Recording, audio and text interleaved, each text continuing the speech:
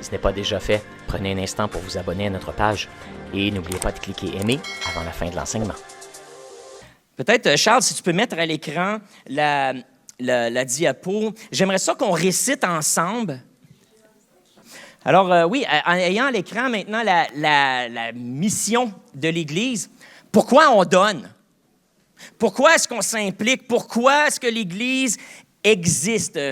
Et donc, la mission de notre Église, j'aimerais ça qu'on la lise ensemble ce matin, c'est inspirer les gens à découvrir Jésus en partageant son amour et en contribuant au bien-être de la société. On veut que vous mémorisiez cet énoncé de mission-là. Quand vos amis au travail ou à l'école ou dans votre voisinage, vos voisins vous demandent « C'est quoi ça, l'Église de Carrefour? C'est quoi ton Église? » Une petite réponse facile. Notre Église, on est là pour inspirer les gens à découvrir Jésus, à faire connaître son amour, puis à faire du bien à la société.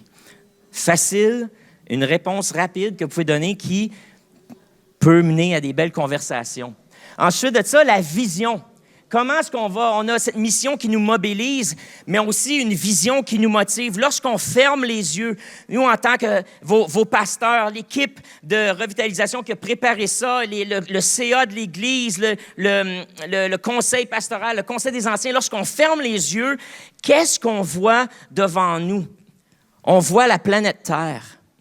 Puis on voit des gens qui sortent de l'Église, le Carrefour, et qui sont déployés dans toutes les sphères de la société et qui rayonnent par un amour irrésistible, une sagesse pertinente et une puissance surnaturelle. Lisons cette vision-là qui nous motive.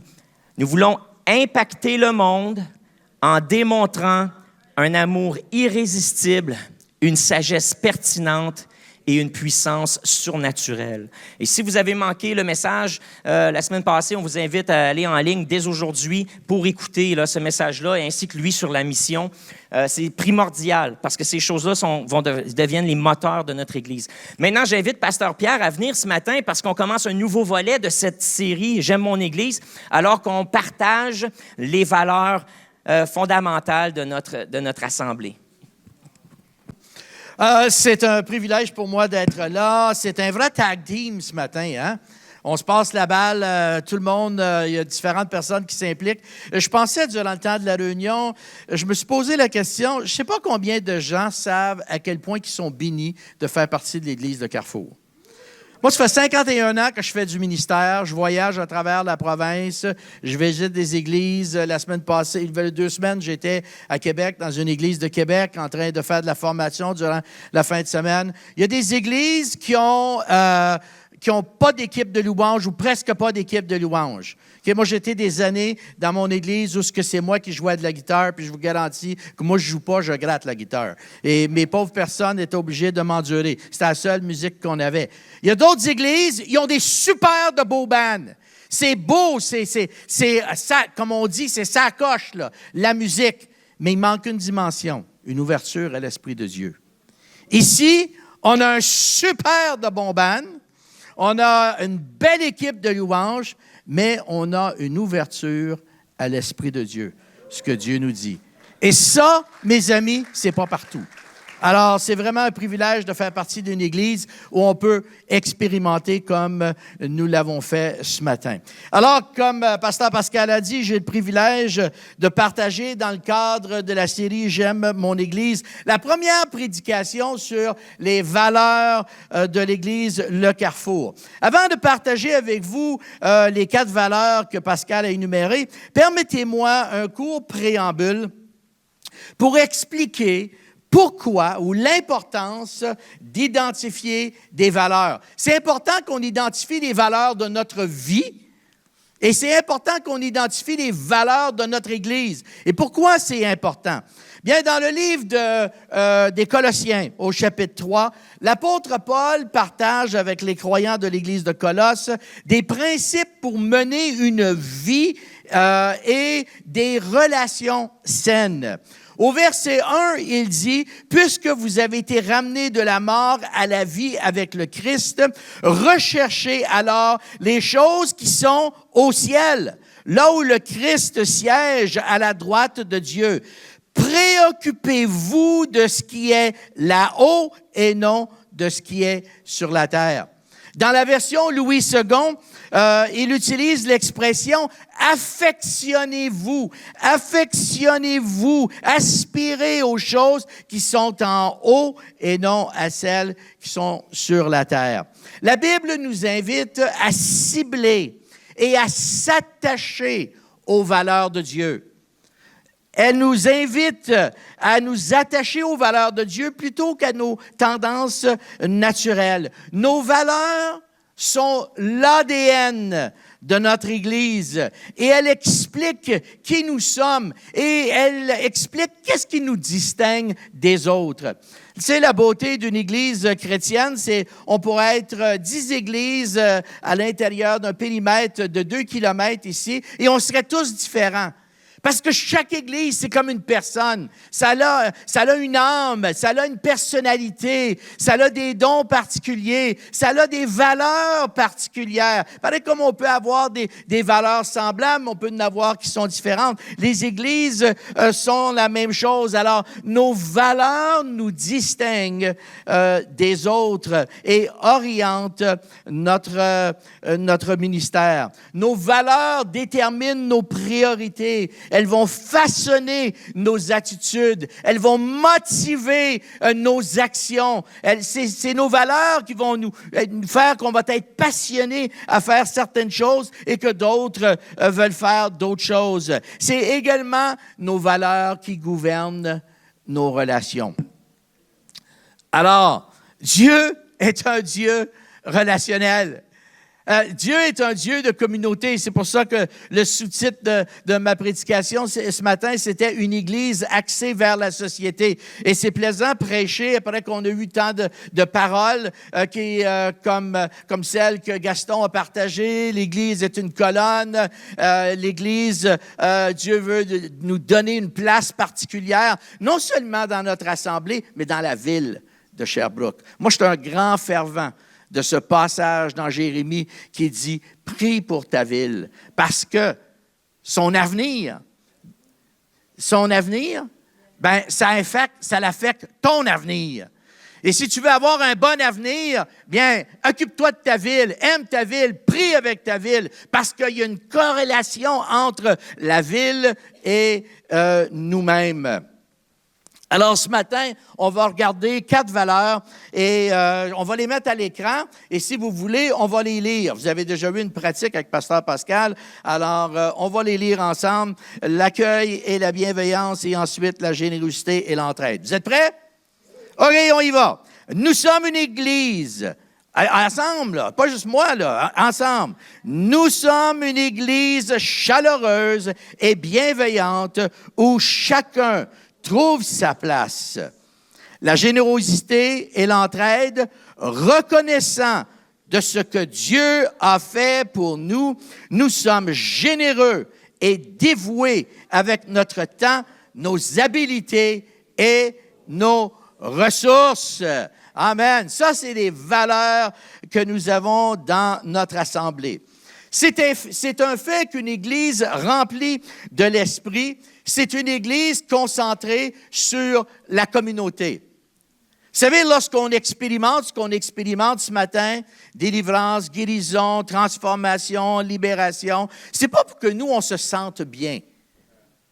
Ça, c'est un sous-produit. Mais tout ça, c'est afin qu'on puisse être une belle influence dans le monde. La Bible nous appelle à être le sel de la terre, d'être la lumière, de briller dans le monde. Et c'est pour ça que Dieu agit dans nos vies.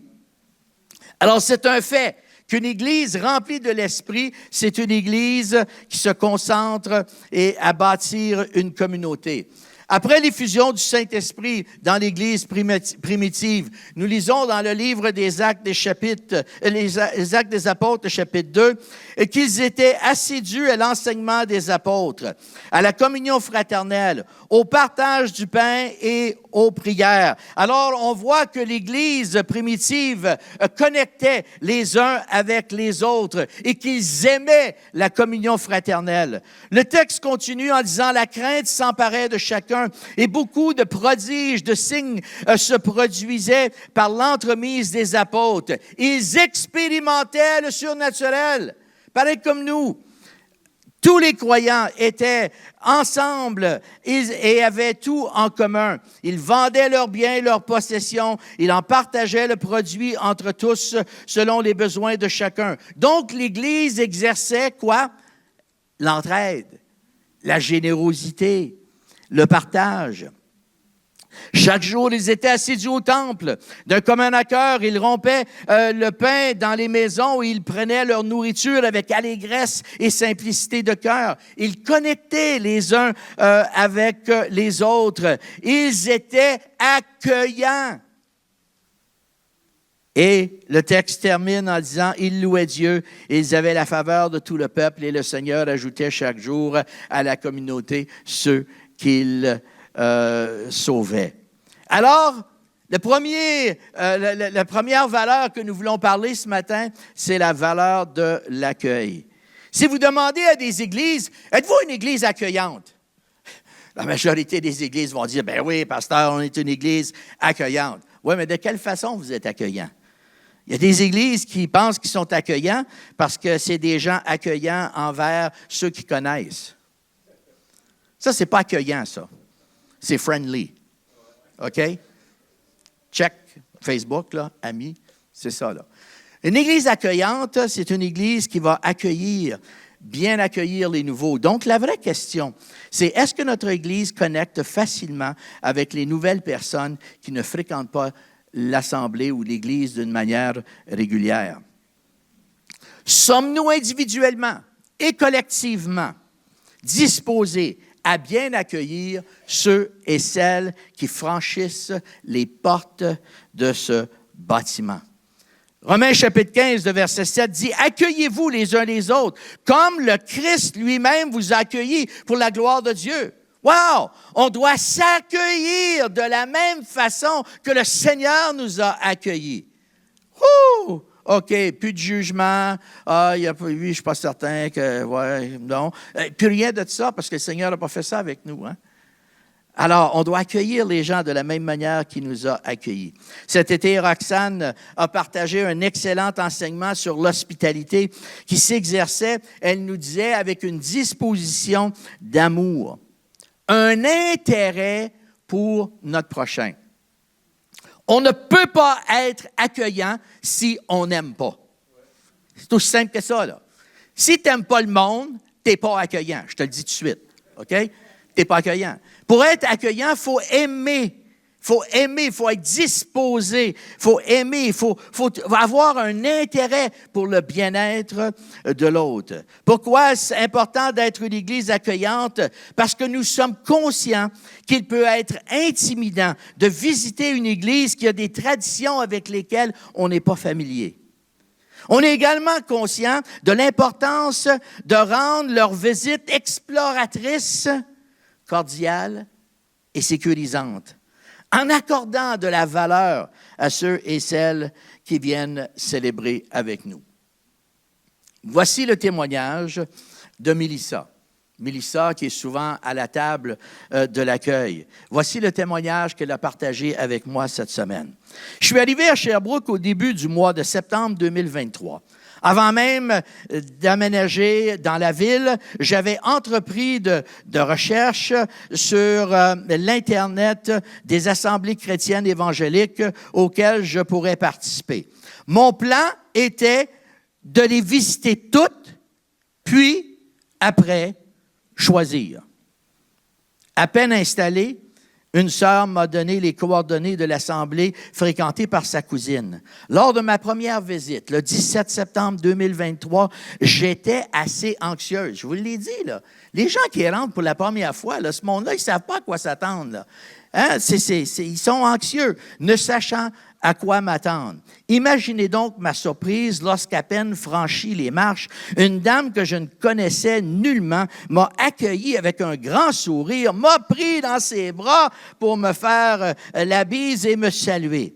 Cet accueil est exactement ce qu'il me fallait ce jour-là et il reste gravé dans mon cœur. Inutile de dire que je suis revenu les dimanches suivants. Elle n'a pas continué ses visites. OK? Ça l'a arrêté ici. Pourquoi? À cause de l'accueil.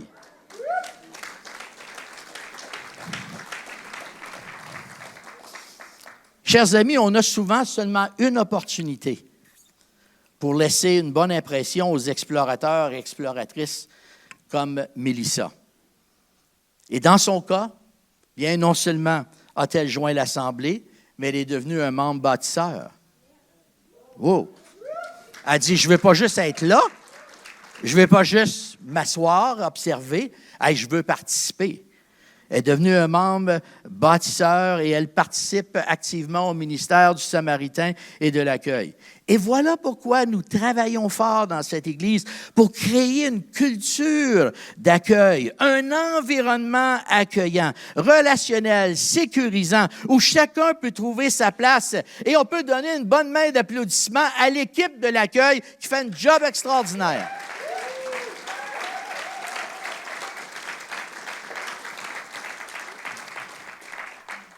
Une belle initiative encore, comme on a vu ce matin, là.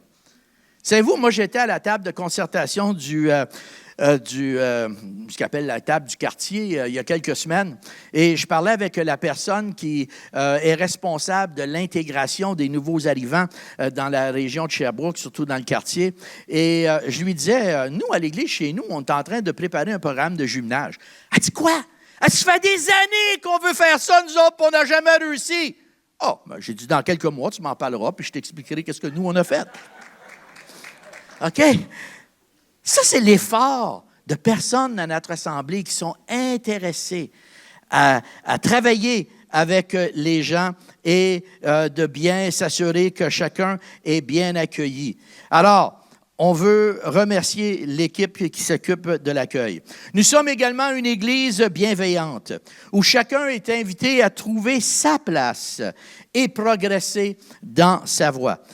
Vous savez, la bienveillance, c'est d'aimer les personnes suffisamment pour les amener dans leur progression avec les enseignements de Jésus. La bienveillance, c'est de s'intéresser et d'aimer l'autre au point que s'il s'engage sur une voie tortueuse, nous sommes capables de les reprendre avec humilité et douceur en les ramenant sur la bonne voie afin qu'ils puissent parvenir à la vie éternelle et réaliser la destinée que Dieu a pour eux. Une Église bienveillante, c'est une Église qui est disposée à véritablement, pas juste célébrer ensemble, mais d'être authentiques les uns avec les autres, de cheminer les uns avec les autres. La bienveillance exige une relation authentique en ayant à cœur le progrès spirituel et personnel des personnes autour de nous. La bienfaisance exige une relation où on va être engagé avec les autres. On ne fait pas juste se dire « Hey, salut le dimanche matin », puis chacun continue de son chemin. Non, on veut être engagé dans la vie des autres. Dans un monde égocentrique, axé sur soi-même, nous avons la bienveillance comme valeur, car nous croyons que Dieu veut utiliser notre Église. Et quand je dis Dieu veut utiliser notre Église, je ne parle pas de l'équipe pastorale, là. OK? Je parle de vous et moi. OK? Dieu veut utiliser notre Église. L'Église, c'est nous. Ce n'est pas le bâtiment, l'Église. Hein? Souvent, dans la tradition, on parle de « j'ai été à l'Église ». Non, on ne va pas à l'Église, on est l'Église. OK? On est l'Église. L'Église, ce n'est pas un lieu, c'est des personnes. Alors, nous croyons que Dieu veut utiliser notre Église, notre assemblée, le corps des croyants, pour bâtir une communauté de personnes, pardonner, restaurer, encourager à marcher dans la transformation et la sanctification à l'image de Jésus. C'est pour ça qu'on veut exercer la bienveillance. C'est pour ça qu'on veut marcher avec les gens. À la question « Suis-je le gardien de mon frère ?» certains répondraient non, mais quand vous faites partie d'une Église bienveillante, la réponse est oui. Je suis le gardien de mon frère, le gardien de ma sœur. Mais non avec prétention ou avec arrogance, comme si nous étions des parvenus, mais plutôt dans un esprit d'humilité et de douceur, en tant que croyants qui est en croissance, eux aussi. Il n'y a personne, on est tous des êtres en devenir ici, là. OK? Il n'y a personne qui est parvenu. On est tous en transformation, on est tous en processus de sanctification. Nous voulons imiter l'attitude qu'on retrouve dans Éphésiens chapitre 4, le verset 32, qui dit « Soyons bons les uns envers les autres, pleins de tendre bienveillance, et faites-vous grâce comme Dieu vous a fait grâce dans le Christ. » Quel conseil gracieux que le Seigneur nous donne. Également, dans 1 Pierre, au chapitre 3, le verset 8, « Soyez tous en parfait accord, sensibles aux autres, pleins d'affection fraternelle, d'une tendre bienveillance et d'humilité. Ne rendez pas mal pour mal, ni insulte pour insulte. Au contraire, bénissez, car c'est à cela que vous avez été appelés afin d'hériter une bénédiction. » Wow! La bienveillance. J'aime le texte dans Philippiens, le chapitre 2, c'est un de mes textes préférés, qui dit « N'agissez pas en vue de la satisfaction de vos désirs particuliers. » Et ensuite, au verset 4, il dit « Ne pensez pas seulement à vos intérêts personnels ou à l'avantage que vous pouvez tirer des autres, mais désirez au contraire le bien de votre prochain et prenez ses progrès à cœur. » OK? Dieu nous dit, prenez les progrès des uns et des autres à cœur. Chers amis, nous avons tous une responsabilité dans le perfectionnement du corps de Christ, dans le perfectionnement des uns des autres. Et non seulement qu'on a une responsabilité dans le perfectionnement, mais on a une responsabilité de célébrer les victoires des uns des autres. OK? Les gens qui sont insécures ne veulent pas célébrer les victoires des autres. Parce qu'ils disent, « Ah, c'est moi qui devrais avoir ça. » C'est facile à reconnaître une personne qui est insécure. Tu as juste à l'observer un petit peu. Mais les gens qui sont sécures dans leur identité avec Christ, quand ils voient un frère, une sœur qui vit une victoire, ils sont capables, eux, de célébrer avec eux et dire « Wow, c'est merveilleux ce que Dieu est en train de faire dans ta vie. Je veux célébrer ce moment-là avec toi. » À l'Église, le Carrefour, nous travaillons fort dans l'esprit du texte d'Éphésiens chapitre 4, le verset 16, pour que chacun puisse trouver sa place afin de bien remplir leur appel et leur ministère. Et le texte dit, suivant la fonction qui leur est assignée, selon la force et la capacité qui leur sont données pour suffire à leurs besoins. Et de cette manière, tous les membres de l'Église contribuent ensemble dans un esprit d'amour à la croissance organique de l'Église, et on peut dire à la croissance organique du royaume de Dieu. Amen. Tout le monde a un rôle à jouer. Voyons maintenant une Église généreuse qui pratique l'entraide. Cette valeur s'articule de cette façon. Reconnaissant de ce que Dieu a fait pour nous, nous sommes généreux et dévoués avec notre temps, nos habiletés et nos ressources. À l'exemple de Jésus, nous pratiquons et nous encourageons tous les croyants à être généreux. C'est moi qui ai demandé à Pascal au mois de juillet de prêcher sa générosité. Moi, j'aime prêcher ce sujet-là. Dans mon église précédente, 2 fois par année, la congrégation avait une prédication sur la générosité. Alors, les gens qui ne voulaient pas être généreux, il y avait juste à pas venir à l'église ce dimanche-là. Moi, je crois dans le principe de la générosité. En juillet dernier, lors de ma prédication, je vous ai lancé le défi de ramasser 6 000 $ pour des projets en Haïti et au Congo. Et vous avez répondu avec 7 000 $. Wow! Vous avez dépassé! Wouh! Oui, c'est vrai. L'objectif initial était 3 000. Puis j'ai dit à Pascal, 3 000 pour une église de la grosseur de la vôtre. Hey, écoute, là, on est capable d'en chercher plus que ça. Là.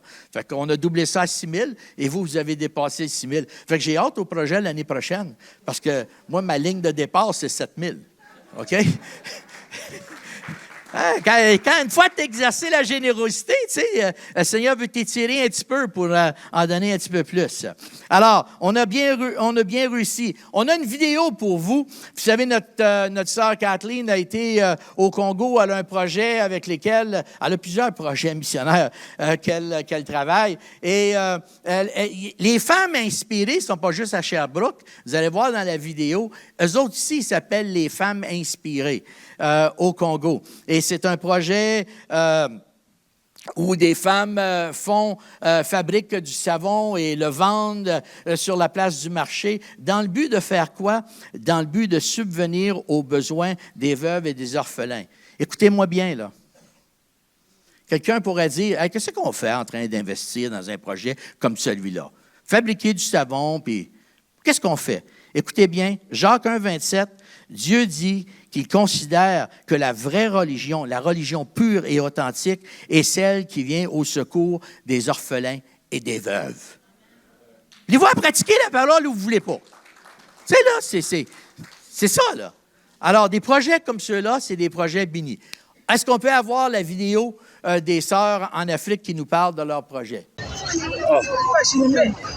Bonjour femmes inspirées, bonjour Maman Catherine, bonjour toutes les femmes inspirées du Canada. Nous sommes là joyeux avec du savon. C'est que les hommes que tu nous as envoyés pour aujourd'hui, nous sommes produits de savon. Nous sommes à l'aise, nous sommes au marché avec des mamans. Vraiment, ça va bien, vraiment, nous sommes bien. C'est pour cela que nous avons proclamé aujourd'hui pour nous montrer comment est-ce que nous faisons les savons. Nous sommes joyeux avec toutes les femmes. Merci, Maman Catherine. Merci, les femmes inspirées.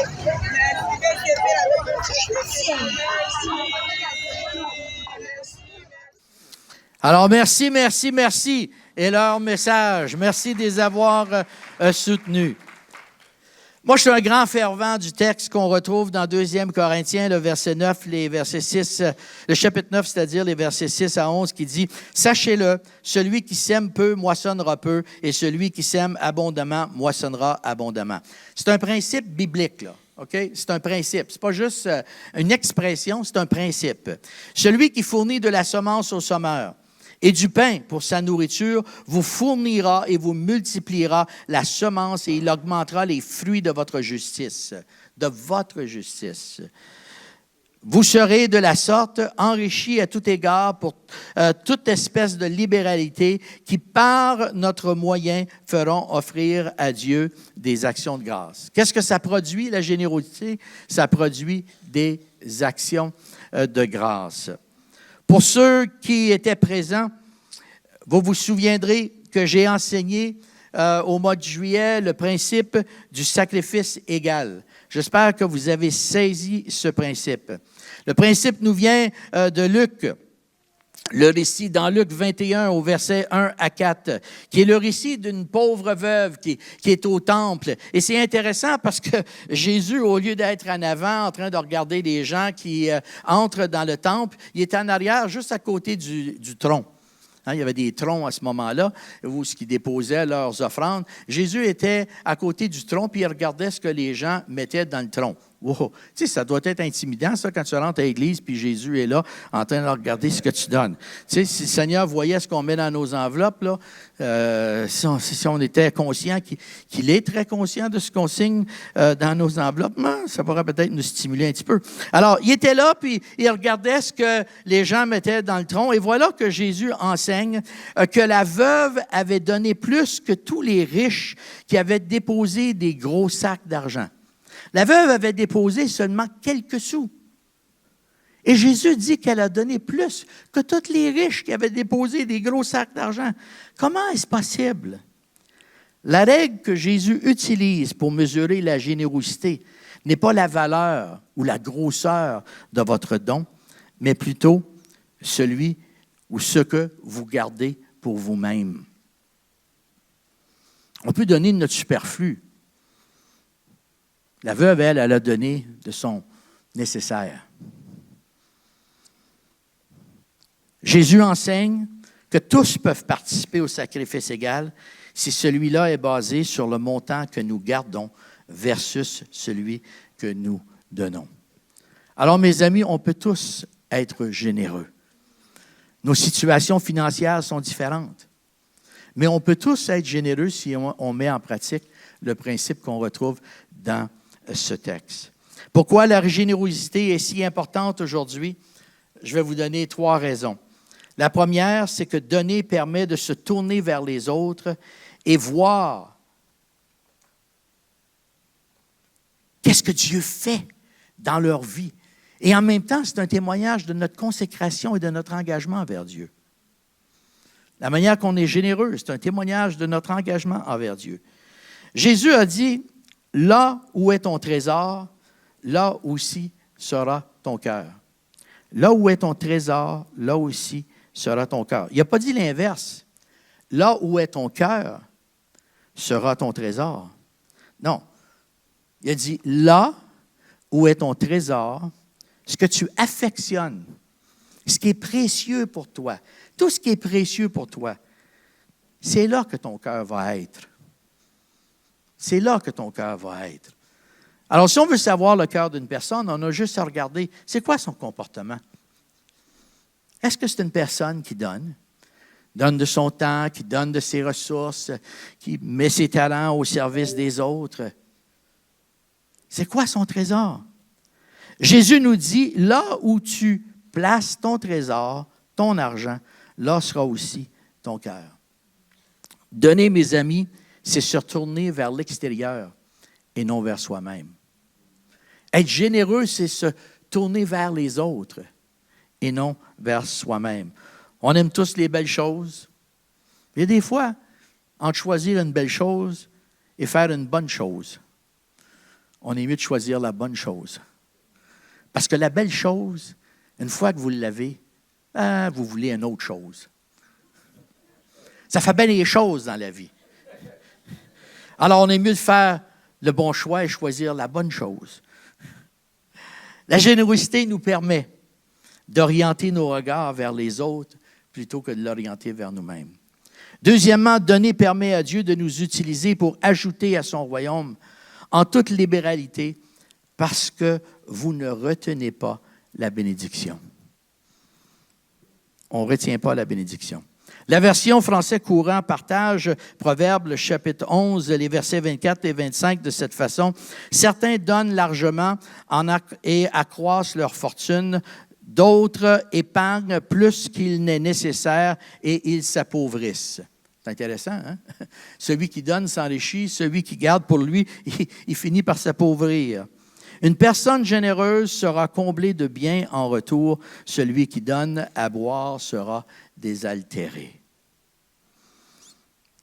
Lorsque vous bénissez les autres par votre générosité, vous ne serez privé de rien. On ne vivra peut-être pas dans le luxe, mais on est privé de rien. En fait, plus que vous donnez de vous-même et que vous partagez vos ressources, plus que vous découvrez le vrai sens du royaume de Dieu. Permettez-moi de partager avec vous le témoignage de Christin. Vous connaissez tous Christin? Un frère de l'Assemblée, Voici le témoignage qu'il m'a envoyé vendredi soir. Il écrit, « Depuis 2023, j'ai traversé une période difficile, incluant de la dépression. Après une soirée de jeûne et de prière organisée par l'Église, un couple s'est porté volontaire pour m'accompagner dans un processus de guérison intérieure. Ils m'ont accueilli chez eux à maintes reprises et ce fut le début de ma guérison. » Wow! On peut dire amen. Mais ça continue. À cette époque, l'Église m'a soutenu également dans la prière, ainsi que ma fiancée qui ne pouvait pas venir au Canada à cause d'un blocage au niveau de l'immigration. Pasteur Pascal m'a également soutenu dans cette période d'attente. Finalement, elle est arrivée au Canada, mais on n'avait pas l'argent pour se marier. Toutefois, grâce à Dieu, nous avons reçu des dons incroyables qui nous a permis de célébrer notre mariage. Oh! Des dons incroyables! Ces dons-là, là, ils n'ont pas tombé du ciel, c'est pas de la neige, là. C'est du monde. C'est du monde qui ont dit, je vais être généreux puis je vais aider ce couple. Ça finit pas là. J'ai pas de parenté, de parents ici au Canada, mais grâce à Dieu, un membre de l'Église est devenu pour moi une figure paternelle. Ma femme et moi passons des temps merveilleux chez cette famille, soit en prière, en partageant des repas, en jouissant de diverses activités et même nous dormons chez eux. Ils sont véritablement bienveillants et généreux avec nous. Lorsque mon père est décédé l'été passé, la présence de ce couple a amorti le choc initial du décès. La générosité, ce n'est pas juste de l'argent. Il y a des gens qui veulent donner de l'argent parce qu'ils ne veulent pas s'impliquer. On se prive d'une bénédiction quand on fait ça. Ce couple-là, là, sont impliqués dans la vie. Le couple qui les aide, là. La figure paternelle, que je ne sais pas c'est qui, mais je sais que c'est quelqu'un de l'Église, cette figure paternelle s'implique dans leur vie. C'est pas fini. À la naissance de notre enfant, lorsque ma femme était en travail, et même à 3 heures du matin, ils nous ont accompagnés à l'hôpital et ils ont prié pour l'accouchement de ma femme. Nous sommes également éprouvés financièrement. Toutefois, nous avons expérimenté la provision divine à travers les gens de cette communauté. À la naissance de notre enfant, nous avons reçu plusieurs cadeaux qui ont comblé nos besoins au-delà de notre imagination. Wow! Là, c'est du monde ici, là. Moi, je ne sais pas qui vous êtes, là, mais je vous félicite d'avoir été obéissant. Je vous félicite d'avoir écouté. Et ce qui se passe avec Christin et sa femme peut se passer avec d'autres si on écoute ce que Dieu nous dit et qu'on est prêt à poser le geste pour aider. Ce n'est pas fini encore. Il dit, j'ai commencé l'année dernière l'école de sa présence à Saint-Hubert et je n'ai pas pu continuer cette année à cause d'un manque de moyens financiers. Mais voilà que les leaders m'ont appelé pour m'informer que quelqu'un a payé les 900 $ pour mon inscription. Ce donateur demeure anonyme, mais je soupçonne que c'est une personne de cette communauté. Hey, un autre donateur généreux, là. OK. Grâce à l'accueil, la bienveillance, la générosité, l'entraide, j'ai expérimenté de l'amour de la part de cette assemblée et nous nous sentons, ma femme et moi, bien entourés. Wow. On est en train de parler de vous, là. Moi, je ne sais pas qui vous êtes, mais je vous félicite d'avoir été obéissants. Et combien d'autres pourraient également profiter de témoignages comme celui-là? C'est un beau témoignage de générosité. Nous pouvons être reconnaissants pour des personnes qui acceptent de pratiquer les valeurs de l'accueil, la bienveillance, la générosité et l'entraide. Mon troisième point est donner aide les personnes qui donnent. Lorsqu'on est généreux envers les autres, savez-vous quoi? On finit par en bénéficier nous-mêmes. Lorsqu'on est généreux envers les autres, on va en bénéficier nous-mêmes. Moi, je ne suis pas un grand fervent de l'Évangile de la prospérité qui dit que si tu donnes 10 $, le Seigneur va te bénir au centuple puis il va te redonner là, des gros montants d'argent. Nous autres, notre expérience dans notre vie, ma femme et moi, au travers de la générosité qu'on a exercée, ça n'a pas toujours été un retour monétaire. Mais c'est un oncle qui décide qu'il veut se débarrasser de son frigidaire, puis que nous, on a un besoin criant. On est des jeunes, un jeune couple dans le ministère qui gagne 100 piastres par semaine et qu'on n'a pas moyen de s'acheter un frigidaire. Puis mon oncle dit, bah, mais mon frigidaire de 1000 piastres, gars, je vais te le donner pour 100 piastres. Ça, c'est une bénédiction, ça. Et nous, on a été témoins de ce genre de bénédiction-là. Lorsqu'on est généreux avec d'autres, on va récolter, nous aussi. Et le Seigneur va nous bénir. C'est un principe que Dieu a établi dans son royaume. Jésus enseigne dans Luc chapitre 6, le verset 38, « Donnez et l'on vous donnera. On mesurera dans la grande poche de votre vêtement une bonne mesure. » Quand tu lis ce texte-là, tu dis la grande poche de ton vêtement. À l'époque, il y avait des grandes robes et à l'intérieur de ces grandes robes, ils avaient une grande poche dans laquelle ils pouvaient mettre toutes sortes d'objets le temps qu'ils marchaient d'un endroit à l'autre. Alors, il dit ici, « On versera dans la grande poche de votre vêtement une bonne mesure, serrée, secouée et débordante. » Écoutez bien. Car c'est avec la mesure à laquelle vous mesurez qu'on mesurera pour vous en retour. Oh. OK. Qu'est-ce qu'on veut en retour? Si on veut avoir la bénédiction de Dieu, le Seigneur nous invite à être l'objet d'une bénédiction envers quelqu'un. Ce principe universel qui est enseigné dans ce texte est que la mesure de générosité que nous utilisons envers les autres est la même mesure qui sera utilisée à notre égard. Rappelez-vous du principe du sacrifice égal, afin que tous aient une opportunité égale d'exercer la générosité. Jésus enseigne que celui-ci est basé sur le montant que nous gardons plutôt que celui que nous donnons. Donc, vous qui avez des grands moyens ou vous qui avez des grands besoins, peu importe, avec le sacrifice égal, on peut être une bénédiction envers d'autres. Alors, comment modeler une vie de générosité? Alors, voici quelques principes et je termine avec ceci. Premièrement, prenez la décision d'être généreux. Ce n'est pas quelqu'un d'autre qui va prendre la décision pour vous. Il faut que ça soit votre décision. Je vais le faire. Le Seigneur dit de le faire. Je vais être généreux. Reconnaissez que tout ce que vous avez vient de Dieu, que ce soit votre santé, le travail, les dons, les talents ou les biens matériels que vous possédez.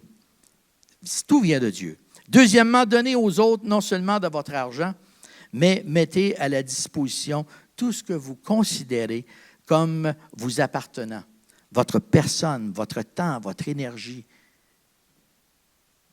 Et faites-le d'une manière sacrificielle. Troisièmement, n'attendez pas d'être plus prospère pour devenir généreux. Je connais des gens qui disent « Ah, bien, quand le Seigneur va me donner plus de ressources, je vais être plus prospère. » Non, quand tu vas avoir plus de ressources, tu vas juste vouloir dépenser les nouvelles ressources que tu as. OK? Fait que si tu n'apprends pas à exercer la générosité pendant que tu as peu de ressources, c'est pas vrai que tu vas le faire quand tu vas en avoir plus de ressources. Alors ça, c'est un mensonge. OK? Alors, attendez pas. Gérez ce que vous avez maintenant en utilisant le principe du sacrifice égal. Quatrièmement, gardez votre cœur ouvert pour discerner les opportunités et des personnes en qui vous pouvez investir votre temps, votre argent, vos connaissances, votre expérience, afin que rien ne manque dans le corps de Christ et que vous puissiez exercer au meilleur de vos capacités. Au ministère du Samaritain, nous avons un de nos coéquipiers qui s'appelle Eddie. Eddie vient de l'Amérique du Sud et il est un barbier de métier. Alors, le premier samedi du mois, tous les bénéficiaires qui viennent aux Samaritains ont accès à la générosité de Eddie. Eddie fait des coupes de cheveux gratuitement pour tous les bénéficiaires qui veulent recevoir ce cadeau.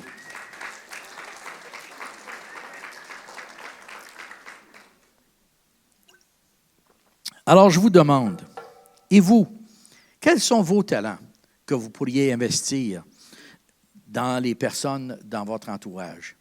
Eddie, lui, c'est une coupe de cheveux. Vous, c'est quoi? C'est quoi vos talents que vous pouvez investir? De quelle manière pouvez-vous être généreux avec vos ressources, avec votre temps, avec vos talents?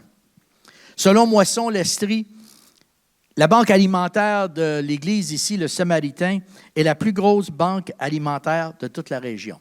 Quand j'ai eu ça, cette information-là, j'étais royalement surpris. Je me disais, ça se peut pas. Mais, en ce moment, le Samaritain, c'est la plus grosse banque alimentaire de la région.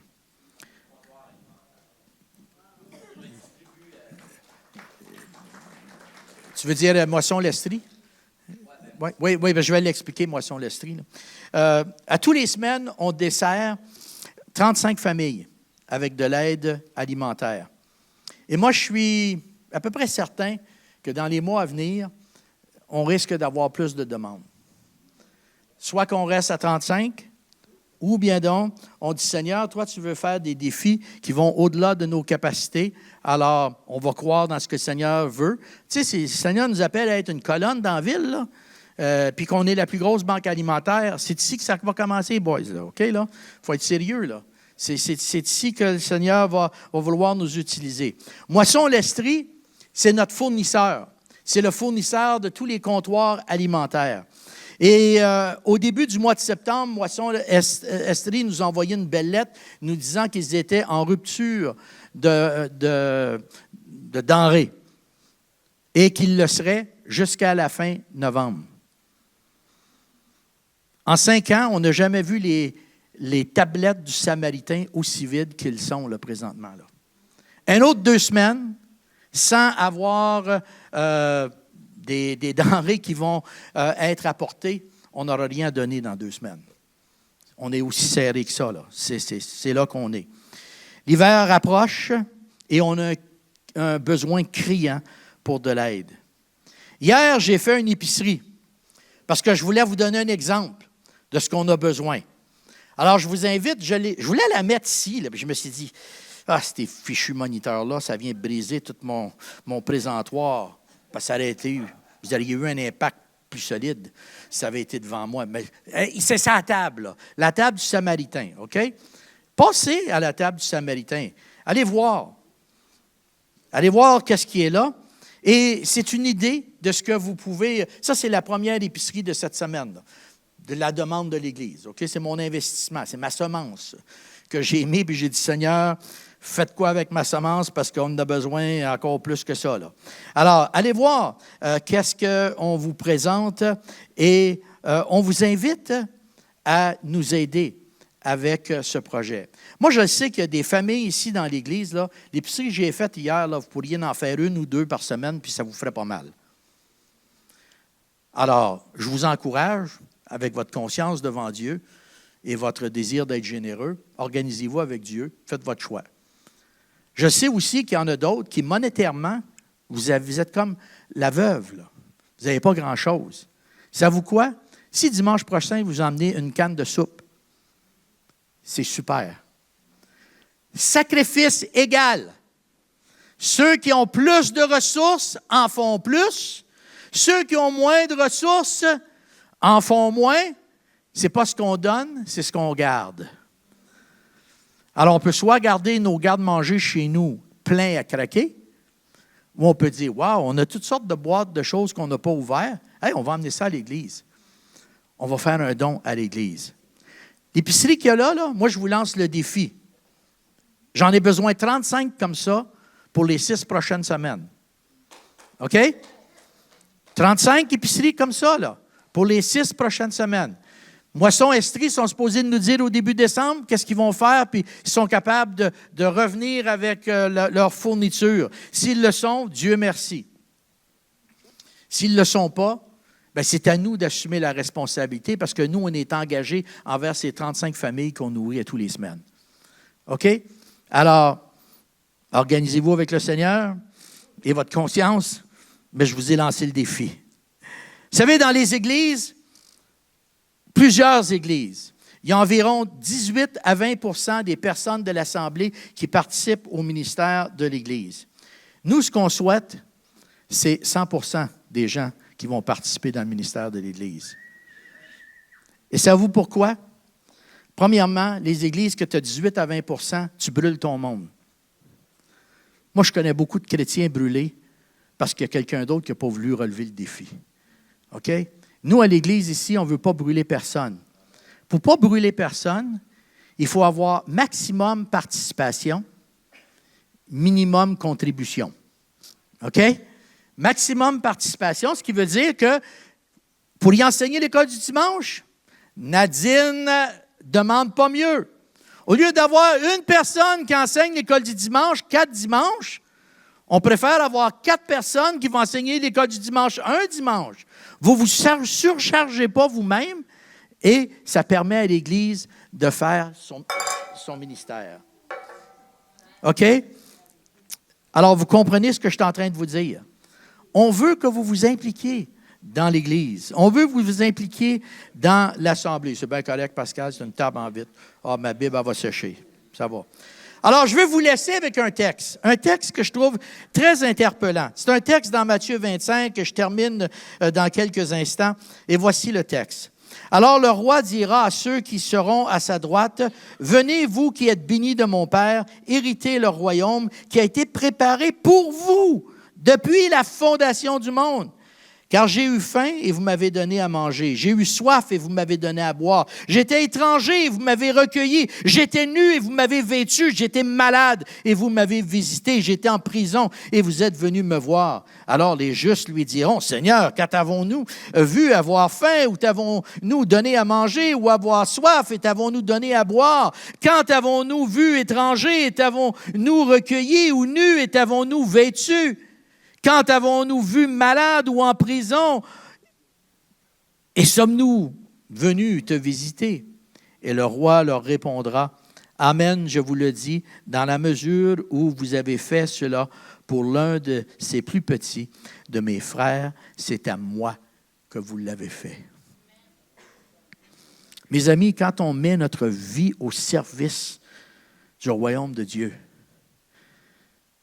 avant qu'on bénisse une personne, on est en train de répondre à l'appel de Dieu et le cœur de Dieu se réjouit de notre obéissance. C'est envers lui qu'on le fait. Les êtres humains sont bénis, mais c'est envers Dieu qu'on le fait.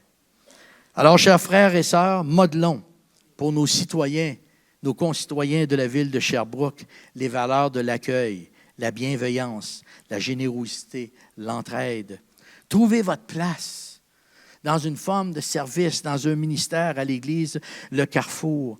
Si vous n'avez pas encore trouvé votre place de service, je vous invite, avant de quitter ce matin, allez voir les tables. Il y a des écriteaux sur les tables, là. On n'est pas tous appelés à faire partie du même ministère, là.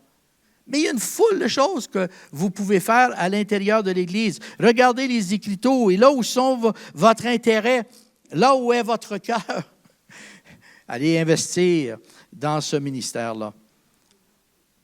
Et comme j'ai mentionné, si vous avez des capacités pour lesquelles on n'a pas identifié de tâches, bien venez jaser avec un membre de l'équipe. Inscrivez, là, je suis certain que Vanessa est capable de nous trouver une liste là, en arrière. Si vous n'avez rien trouvé sur les tables, laissez votre nom quand même avec, je pense que c'est Denis là, qui est en arrière, qui me fait signe avec une carte. Là. On veut savoir là, votre disponibilité. On veut faire partie de l'équipe de Dieu pour bénir notre ville. Alors, je termine en priant. Seigneur, nous voulons élever nos cœurs et nos voix ce matin en reconnaissance parce que toi, tu as été le Dieu accueillant, généreux et bienveillant envers nous. Merci de nous donner l'opportunité de participer à ton royaume. Merci pour la personne unique que chacun d'entre nous sommes, pour la personnalité, pour les dons, pour les sentiers sacrés que tu nous as donnés, qui définissent là où on peut servir et avoir un impact maximal.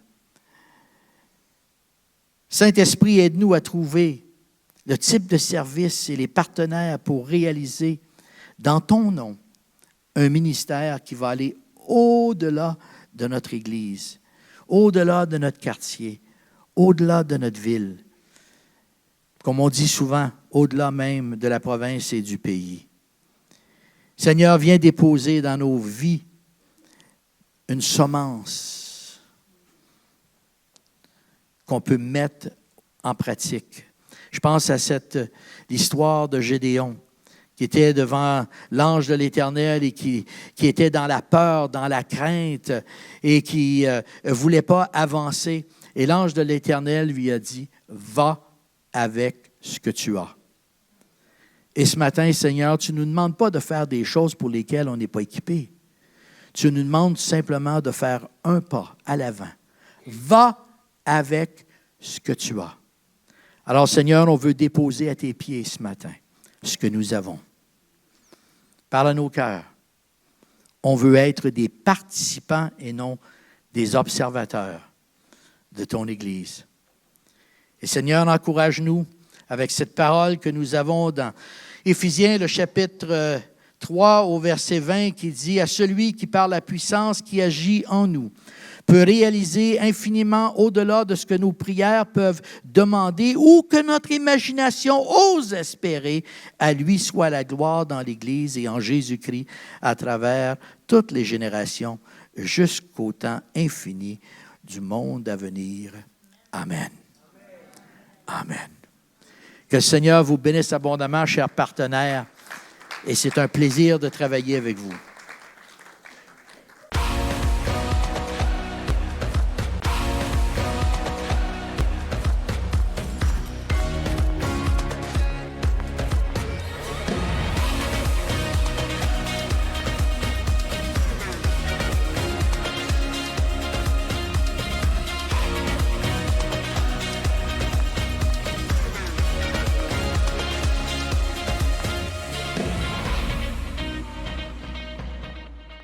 Si ce n'est pas déjà fait, prenez un instant pour vous abonner à notre page et n'oubliez pas de cliquer aimer avant la fin de l'enseignement. Si vous avez besoin de prière ou d'accompagnement spirituel, n'hésitez pas à communiquer avec nous à l'adresse courriel suivante: sos@lecarrefour.org.